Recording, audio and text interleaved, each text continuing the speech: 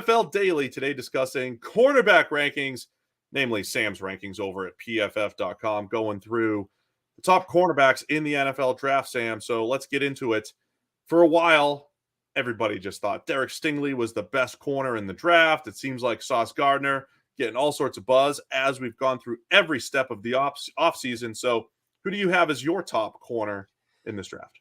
Yeah, I think it is still Stingley. I think Stingley and Sauce Gardner are the clear top two. Me, contrarian, I would always like to come up with slightly different rankings than anybody else, but I think that is the one that makes the most sense. Like Stingley has shown in that 2019 season, his freshman year, just how good he can be.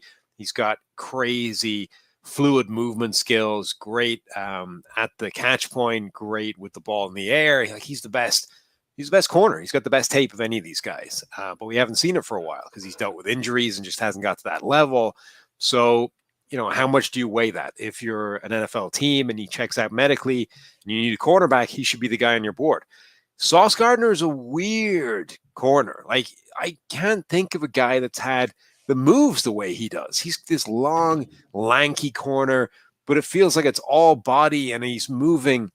Like when he runs, there's this sort of weird side-to-side thing about him and like trying to almost like the way Marshawn Lynch used to, every step was like a side step, was like a cut, and somehow that would propel him forwards. Sauce Gardner sort of generates speed through that same thing as well. Like seems to be fighting it the whole way. Is that why that's why we thought he was slow, right? It just doesn't seem fast when watching him on film. It looks labored, when you see him. You see this with a lot of corners. They get beat a little bit. They give up a bit of separation vertically, and then they try and get it back, right? Closing speed, makeup speed, whatever you want to call it, recovery speed. And most corners, it looks normal. Like when Sauce Gardner's doing it, it looks like he's really working to get that back. But he does most of the time. Like whatever he does, however it's functioning, it does work. The only sort of real negative about him is, look, he just didn't face the kind of competition that Derek Stingley did, right? Cincinnati versus the LSU schedule. It's not the same thing. And then even in the national title game, you're facing elite competition. The dude gets injured like early in the game. So you don't even get to see a sort of full game of what that would look like. So that's really the only question mark. You can find receivers in his tape. He went up against Calvin Austin, one of my guys from Memphis. That didn't look great. So you can find guys that caused him problems, but that's really the only negative in his game is that, we just don't have the kind of evidence that we have for Derek Stingley in terms of who he faced.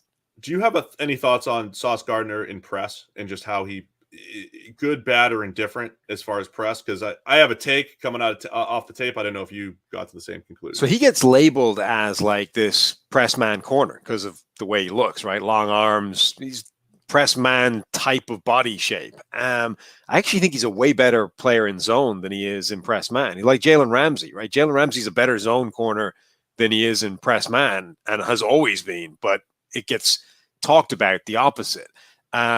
So the difference though is I think when Sauce Gardner gets his hands on you, he can just erase receivers. Like if he's able to do that, he will stick in man coverage for the entirety of the route, and he can like basically press guys right off the field and all those kinds of things. And if you don't get him off you, he's probably going to ride you throughout the route. And, so he is very, very sticky once he gets his hands on you. But guys like Calvin Austin, like they can get away from that press and he won't necessarily be able to get his hands on everybody at the next level. So I think the billing of him as, this press man corner, I don't know that it's right. I think he's actually a really good zone corner, but he has those kind of press man skills once he gets physical. That's why I wanted to bring that up because that reminds me, I'm not equating it, but it reminds me of Rasul Douglas. I did mention him on the main PFF NFL podcast, where Rasul Douglas, coming out of West Virginia, was an outstanding zone corner with incredible length and press coverage potential, but he was kind of hit or miss in press. I think Sauce has elements of that. Better in zone, nuisance at the catch point, length for days, developmental press corner. Better than Rasul Douglas. That's my take on Sauce Gardner. So I'm with you. I like Stingley 1. I like Gardner 2. I've literally been back and forth on both of those guys this entire offseason. Where would you go from there as far as cornerback rankings go?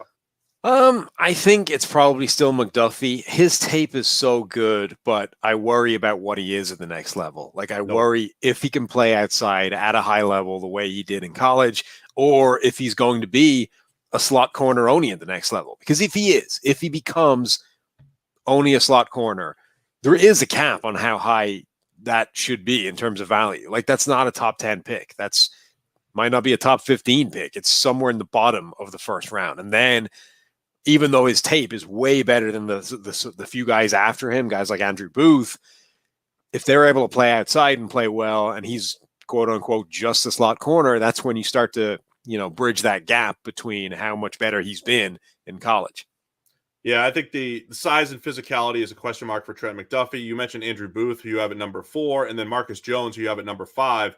There's a guy that you're certainly higher on. The PFF grades are higher on. I love watching Marcus Jones play football, but he's a smaller version of Trent McDuffie, right? A really good coverage player who just isn't physical enough. Dude, if Marcus Jones was 5'11 and 190, he would be the best corner in the draft. Like, not only would he be the best corner in the draft, but like, I don't know how far back you would need to go before you found a clearly superior corner prospect if he was that size.